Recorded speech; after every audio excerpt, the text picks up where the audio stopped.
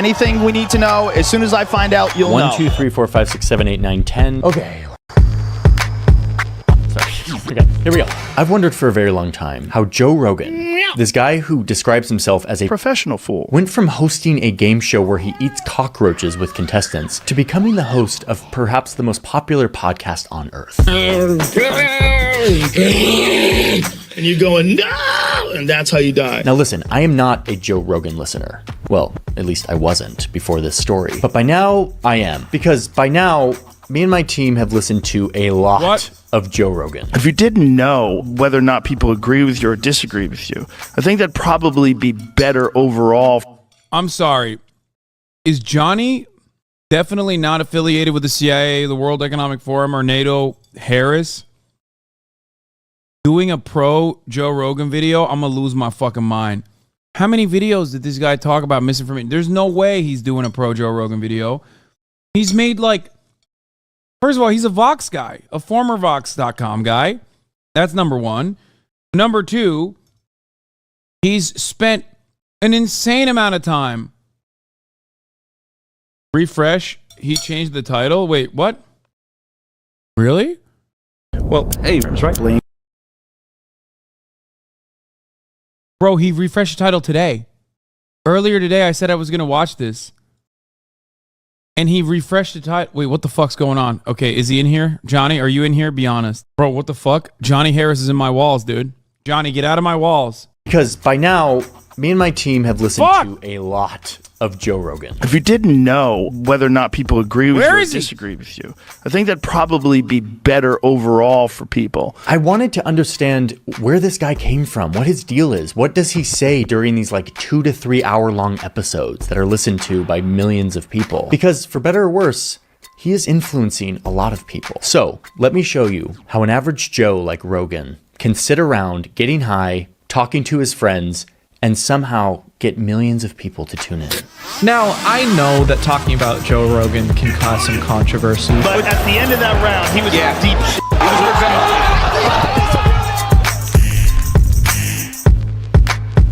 shit. It's weird. Before we get into it, him. let's thank today's sponsor. The internet is becoming kind of a dangerous place. Like people on the internet who want to do bad things and steal from... Wait, he's not... Wait, my man... I'm so confused. This video has been up already for 6 days too, untouched. Yeah, on the 6th day, when I finally get to it, he changed the title. Bro, Johnny Harris is such a fucking lib. Like, he's such a lib. What is going on? As the premier liberal, like he's supposed to fucking hate Joe Rogan, right? Like there's no way he's gonna turn around and be like, this guy who is a misinformation agent is actually fucking awesome. This guy who has done so much to almost single-handedly develop the far right's prominence online is actually sick because a lot of people watch him, and here's why. Links in the description. Thank you, NordVPN, for sponsoring today's video.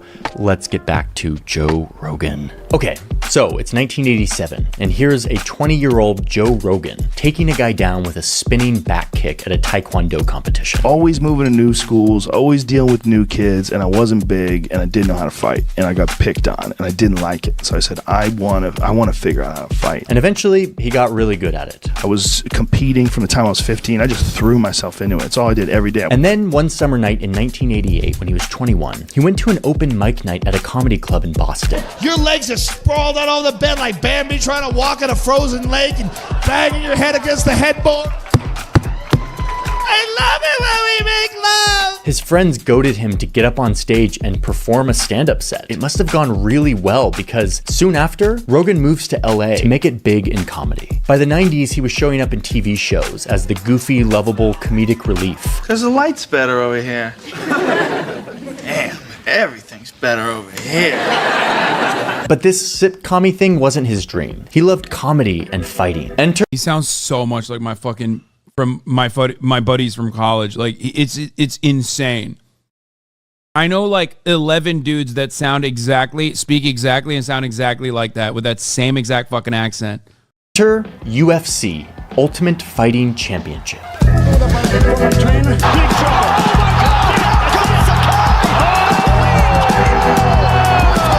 Okay, so it's the late 90s, and now Joe Rogan is like a UFC commentator personality, interviewing fighters backstage. This is actual footage of his first appearance. They are anticipating a wipeout in the finals. And I mean, this guy's good. Like, he's got such a magnetic personality, even back then. By the time he was in his 30s, it was the 2000s, and Joe had proven to be a talented host and entertainer. And he was chosen to host a show you got me. where contestants would be pushed to their limits to test their fear. It was a show aptly named Fear Factor. Fear Factor. I mean, I remember this from my childhood. The show had like a huge impact on our media culture. Hold on. Okay. I think it kind of laid the foundation for sensational reality TV. It was disgusting and sometimes just downright horrifying. But honestly, it was brilliant because it was impossible to look away. Sherry, relax. Relax, Sherry. Sherry, relax. So Fear Factor was like the big leveling up for Joe Rogan. You know what? Again, very fortunate. It was a great gig, plenty of money, and it was all good. And it definitely helped my stand up because it gave me. Dude, fucking. A lot of this is old Joe. I remember him talking about this shit where he would talk about how luck played such a big role in every aspect of his life that he was so appreciative and he was so fortunate and that he understood what it was like and how hard it was for someone to make it out the mud. Obviously, not when I was on Twitch. By that point, he had already completely become like a right-wing media monster. But I have a photo with him. I've hung out with him. He probably doesn't remember. He used to be a fan of the Young Turks and Anna Kasparian. Personally, Anna and I went to watch him do stand-up at the Improv. We hung out for 3 hours after. This was like many, many years ago. And I thought it was so sick, like that I was talking to this guy whose podcast I was listening to, who I actually was very fond of, not necessarily because of his podcast, but because I always thought like this guy was like he was free. Like he had made so much money off of Hollywood shit, but he was entering a totally new realm in online content creation, which I was a part of as well at that point, right? As a young person who wanted to become a content creator, I would look at him as like the idol. You know what I mean? I would look at him as like the right thing to do. Get the money, sure, but then take that and create your own thing where you have pure editorial freedom. Young Cap Bro was like 29 at this point. No, when I'm talking about with Joe Rogan, I was like 24. He was the blueprint, exactly. And it's really interesting to think of because I saw this guy who was doing podcasting, which was like not as popular back then. It was not as like broadly welcomed, received. The reception was nowhere near the same. Okay. And I thought, wow, here's a guy who had every opportunity to continue on Hollywood and yet turned around and made his own thing online, had editorial freedom, and was still making money, but also he had influence that he had translated on to a product that was entirely his own. And I thought that was incredible. I wanted to do exactly that. Not like a podcast or whatever, but I wanted to do something where I had that level of financial and editorial freedom. Which is ironic because I think I have achieved that. But somewhere along the way, Joe Rogan, during the Gamergate era, started building up right-wing content creators that he was fascinated by. Okay? Joe Rogan was the first place that, and was already becoming a big name in the far-right circles. He was one of the first people that had Milo Yiannopoulos on a major influence or a major outlet basically at the time.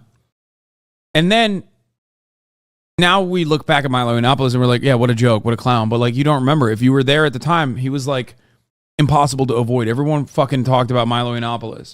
And he was a gigantic piece of shit back then, and not really much has changed. It's just that he got canceled by the right, ironically. due to, I think, something that he said on the Joe Rogan podcast, as a matter of fact. So he was insanely popular in the 2015 era. He was like a bad boy, you know what I mean? And you know, you could be gay and pro-Trump and like you dress up in these crazy ways and all this shit. Sargon of Akkad was on Joe Rogan. Jordan Peterson was gaining a lot of prominence. Now, Matt Walsh's had on recently. I'm saying like this is in the beginning where he was like, oh, I'm just a centrist. I'm just a centrist. He still pulls that shit, but it doesn't matter. Now we know, like he said, he would vote for Ron DeSantis and shit like that. So I'm talking like back in 2015, 2014 even, when he started basically being the beginning of the alt-right pipeline. Like he was, as a singular force, the person with the most mainstream appeal, with the most popular fucking podcast, constantly pumping these like weird far-right figures that were sometimes marginal and irrelevant, that became relevant afterwards, or were, you know, relatively relevant, and he just had them on and offered them their platform. At his peak, Milo was comparable to Tate if you ignore the arrest spike. Yeah. And he was rich back then, so don't say now that he's rich he does not want to pay taxes. He was very fucking rich back then. You know, I loved it. He would constantly talk about buddies of his even back then. There were certain issues. Atheist YouTube was huge in the alt-right pipeline. Absolutely. This was the other part. There was a big break-off point that permanently solidified a lot of the atheist YouTubers that actually went in one direction, which was leftism, and atheist YouTubers that went into the full-blown reactionary anti-Obama train. Atheist YouTube pre-Obama was, you know, in its inception of YouTube, basically, when it first started. YouTube used to be a place where a lot of people would shit on YouTube used to be a place where a lot of people would shit on like former George W. Bush goofs and gaffes, right? 2007, I think, is when it first started. Like the OG YouTubers that were atheists were very much like, fuck the anti-science stuff that the Republican right is pushing for. Fuck the anti-stem cell research from the Bush administration. This was after the Bush administration, but still, like they were like those atheists back then, and I know all this because like I'm literally related to Jank, and like I'm familiar with like Air America and all of these like super old school liberal outlets and the liberal content creation space, independent content creation space. So there was a lot of that. And then atheists under the Obama administration turned around and were like, well, we're anti-everything, we're anti-religion, and we're certainly anti-Islam, but Islam seems to be a way more ever-present danger to America and the rest of the world, actually. So we're only going to talk about Islam. And they slowly but surely, through the likes of Sam Harris and others, became like gigantic Islamophobes who then would always defend their Islamophobic perspectives under the guise of rationality. Like, this is rational, this is logic, this is reason. You should be afraid of Muslims. What little did they know was that a lot of those fucking guys were basically just churning out State Department propaganda. They didn't realize it at the time, and they probably still don't realize it. Many of them actually turned around and maybe offered a little bit of restitution for that. They de-radicalized a little bit. But a lot of them at the time were straight up trying to criticize Obama from, quote unquote, the left, the atheist left, by saying Obama is a Muslim apologist.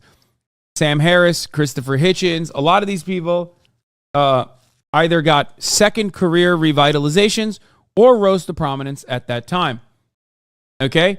One big turning point in like the online leftist spaces, like a lot of these supposedly progressive atheists became totally fucking right-wing and out of control, was the Sam Harris Cenk Uygur debate.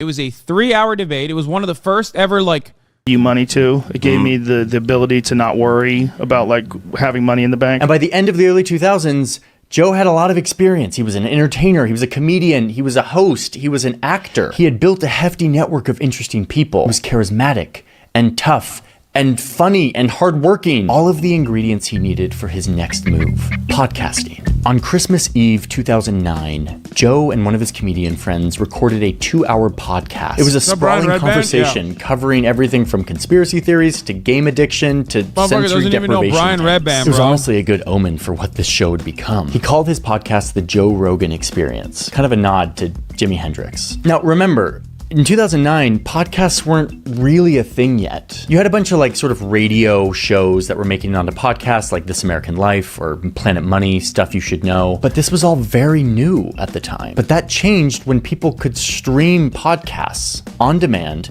with their new little internet-connected pocket computers. Right from the beginning, Joe Rogan's show was fast, prolific, and consistent, uploading multiple times a week. And by the end of his second year on the show, he had had a bunch of big names as guests. We've done everything wrong. These were young male elephants. They're the fastest moving creatures, I think, in the wild once they get going. Podcasts absolutely were not a thing in 2009. If you're saying podcasts are a thing in 2009, all you're doing is admitting to everyone in the chat that you are probably the oldest fucking nerd in the room. Even I at least have the decency to lie and say podcast became a thing much, much later, and it certainly wasn't a thing in like 2013.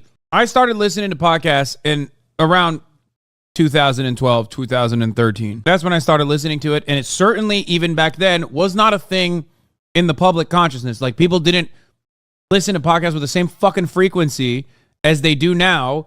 You unbearable nerds. Yeah, WTF with Mark Maron. Old Hasanabi heads know. My original intro wasn't welcome to the Hasanabi broadcast. It was, what the fuck, buddies? What the fucking... I would make fun of Mark Maron. That was my like super old intro on my stream. They hate bright shirts, which of course we were wearing. They're spooked by people holding implements, which of course that's what we were doing, and they particularly don't like being herded by people 1,000th their weight. At the beginning, they were mostly comedians and fighters. I'm thinking about Tom Cruise and Scientology. There's a man using every ounce of what Scientology is offering to make himself the best available man that he's capable of being. Yeah. Then you've got Travolta. But soon he started to branch outside of comedians and fighters to a different genre of people. Let's call them thinkers. Workers don't have the right to engage in collective bargaining in the United States until the 1930s. That's where that whole idea of let the market decide falls apart. He would have philosophers on, and politicians, scientists, you name it. The show started to become just a grab bag of any interesting person Joe Rogan wanted to have a conversation with. Neil deGrasse Tyson. If you don't fucking talk about, like, in the thinkers era, if you don't talk about fucking Milo and the prominent, like, right-wing figures that he not only lend a voice to, but, like, basically mainstreamed, I'm gonna fucking lose my mind. Are you insane? What kind of fucking research are you doing, Johnny? God damn it. There's no way. He has to talk about it. I believe Johnny Harris is going to do a better job than this. The astrophysicist appeared a few times. You get a multiverse. We didn't pull that out of our ass. That came out of the equations. Soon, it was bigger and bigger names. Elon Musk, Russell Brand, Nick Kroll, Jay Leno, Jordan Peterson. Okay, we passed through that era. We passed through the fucking thinker era without Milo mentioned. Wiz Khalifa, Dr. Phil, Travis Barker. By the late 2010s, the Joe Rogan Experience was reaching around 11 million listeners per episode, making it the most popular podcast ever, at least on platforms like Apple Podcasts and Spotify. Like, I had never listened to this, but I knew of Joe Rogan. There are a lot of members, even in this community, especially older members, who most likely were stuck in that alt-right pipeline due to the likes of Joe Rogan and Milo Yiannopoulos and many others that were actively and sometimes perhaps very successfully brainwashing, poisoning the minds of the youth. If we talk about like the real world harm and impact that had, it's marginal. It's not what like got Donald Trump elected or anything like that, even though a lot of those guys did end up working directly with Donald Trump. But if you think about all of the acts of violence that you see, that you experience, specifically white supremacist acts of violence, a lot of those people were absolutely radicalized due to the likes of Milo Yiannopoulos and that ecosystem. I think on aggregate, online moves the needle, but not specific things like a single podcast. Yeah. Be honest, I hated your content on TYT. Being a streamer just suits your strengths much better. You probably have changed your perspective a little bit since then on issues, and you probably agree with me a lot more now on issues than you did back then.